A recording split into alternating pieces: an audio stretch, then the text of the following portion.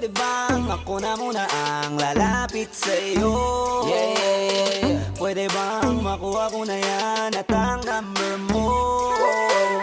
Kanina pa kita tinitignan, kanina pa kasi ko nagigigil dyan. Kanina ko pa kasi iniisip na hindi ako uuwi na hindi ka titikman.